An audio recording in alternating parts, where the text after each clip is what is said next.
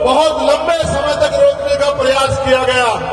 मैं तो धन्यवाद देता हूं हमारे सिख भाइयों का कि उन्होंने गुरु ग्रंथ साहिब में सतगुरु रविदास जी वाणियों को सबसे ऊपर रखा, उनका इतिहास जिंदा रखा।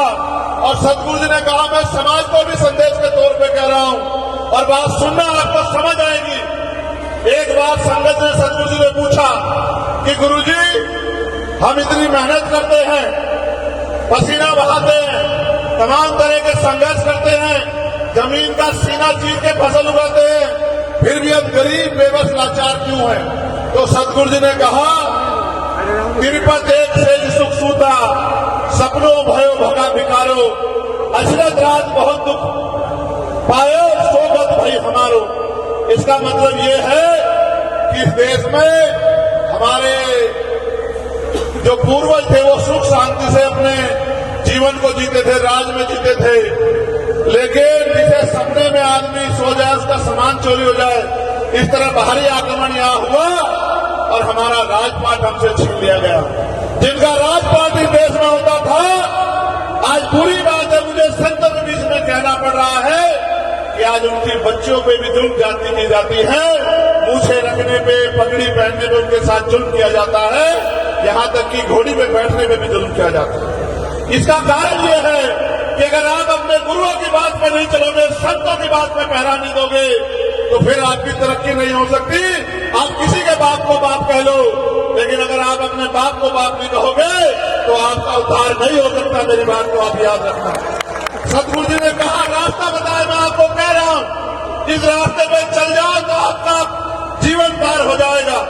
सतगुरु जी ने कहा कि रविदास मानुष करी बसन्नु, सूकर है दो ठाव, एक सु स्वराज माही दूसर मरगट गाओ। कि अगर सुख शांति का जीवन जीना है, इज्जत सम्मान का जीवन जीना है, तो दो ही रास्ते हैं। पहला, सब राज माही अपना राज लाओ, और अगर राज नहीं ले पाए तो सुख शांति मिलेगी मरने के बाद शमशान घाट कब्रिस्तान में। अगर जीते जी चाहिए तो स्वराज लाओ, अपना राज लाओ। आज देखो लाखों की संख्या यहाँ है, तो मुझे कल ये बताना कि आपकी जिंदगी में सब अच्छा हो गया है क्या? सब अच्छा तब होगा जब आपका राज आएगा।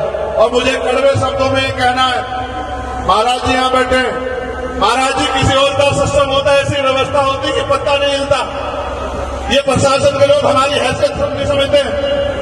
कितने लोग यहाँ कहीं भी किसी गद्दी में इकट्ठा होते होंगे और वहां 40-40, 100-100, 200-200, 500 पुलिस वाले लग के व्यवस्था करते हैं, किसी को खरोच नहीं आती। और यहाँ तो अगर ये हमारे पहरेदार ना हो आपके, तो यहाँ रास्ते भी बंद हो जाएंगे। मैं प्रशासन से भी ये कहता हूँ, याद रखना, अगर अगली बार जब सत्संग होगा और व्यवस्था अच्छी नहीं हुई तो चैन से सोने नहीं दूंगा आपको। मेरी बात को अच्छी तरह दिमाग में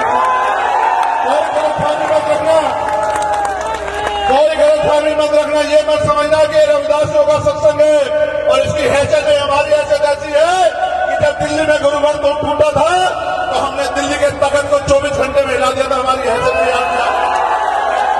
हल्का मत समझना, ये जो बाड़े में लोग बैठे हैं ये हमारे सर माते हैं, ये हमारी पगड़ी है, ये हमारे गुरु, हमारा सम्मान है। और अगर इनके सम्मान पे आ जाएगी तो फिर इसकी कीमत आपको चुकानी पड़ेगी प्रशासन शासन के लोगों। ये बात आप याद रखना। मैं व्यवस्था देख के आया हूं। अगर हमारे लोग जिम्मेदारी न उठाएं तो ऐसा लगता है कि आप कुछ भी नहीं हो रहा है। ये बहुत गलत बात है। ये हम भी टैक्स देते, दुरान नहीं चलने देंगे। अगली बार सत्संग होगा तो व्यवस्था ऐसी होगी जैसी दूसरे लोगों के लिए होती है। और हमें किससे बुराई नहीं, उनके लिए और अच्छी करो। लेकिन हमारी माए बहनें सड़कों पे परेशान हो रही है, पानी में तमाम परेशानियां रास्तों पे, ये रास्ते भी नहीं बने। ये हमारी गुरु गद्दी है, इसका इतना मान है कि चाहे तो सत्ता को इधर पलट दे और चाहे सत्ता को इधर पलट दे। आप जानते नहीं हमारी गुरु गद्दी की ताकत को। मैं आपको एक जानकारी और देता हूं।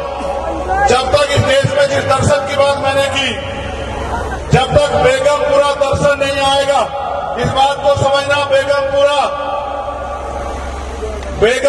शहर बसाओ, बेगमपुरा शहर बसाओ। सतगुरु जी ने कहा बेगम का मतलब है बिना गम का राज, जिस राज में किसी की जिंदगी में कोई गम ना हो। जब तक बेगमपुरा नहीं बसेगा, भारत की तकदीर बदलने वाली नहीं।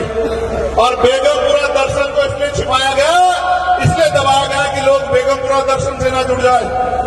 फिर भी हमारे संतों की वाणियों ने बहुत लोगों को जोड़ लिया है। मैं आपको कहता हूं, बेगमपुरा क्या है और बेगमपुरा राज आने से क्या आएगा, इस बेगमपुरा का प्रचार करने के लिए हम लोग जुलाई के बाद अगस्त महीने से एक यात्रा शुरू कर रहे हैं।